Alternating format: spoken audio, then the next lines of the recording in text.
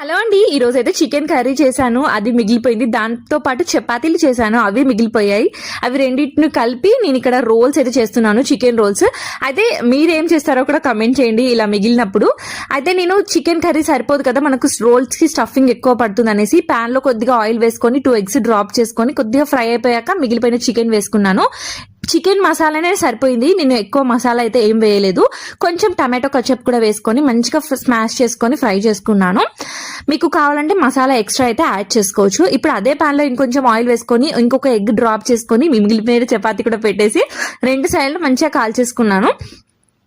ఇప్పుడు దాంట్లో ఇప్పుడు మనం ఆల్రెడీ చేసి పెట్టుకున్న చికెన్ స్టఫింగ్ ఉంది కదా, అది పెట్టేసి దీనిపై నుంచి ఆనియన్స్ అలానే కొంచెం టమాటో కచప్, మీ దగ్గర మయోనీస్ ఉంటే మయోనీస్ కూడా వేసుకోండి. ఇదంతా జస్ట్ రోల్ చేసి తిన్నాను. టేస్ట్ అయితే చాలా చాలా బాగుంది. ఒకసారి మీరు ట్రై చేయండి, ఎప్పుడన్నా ఇలా మిగిలిపోయినప్పుడు ఎలా వచ్చిందో కూడా కమెంట్ బాక్స్ లో కమెంట్ చేయండి. వీడియో కనుక నచ్చితే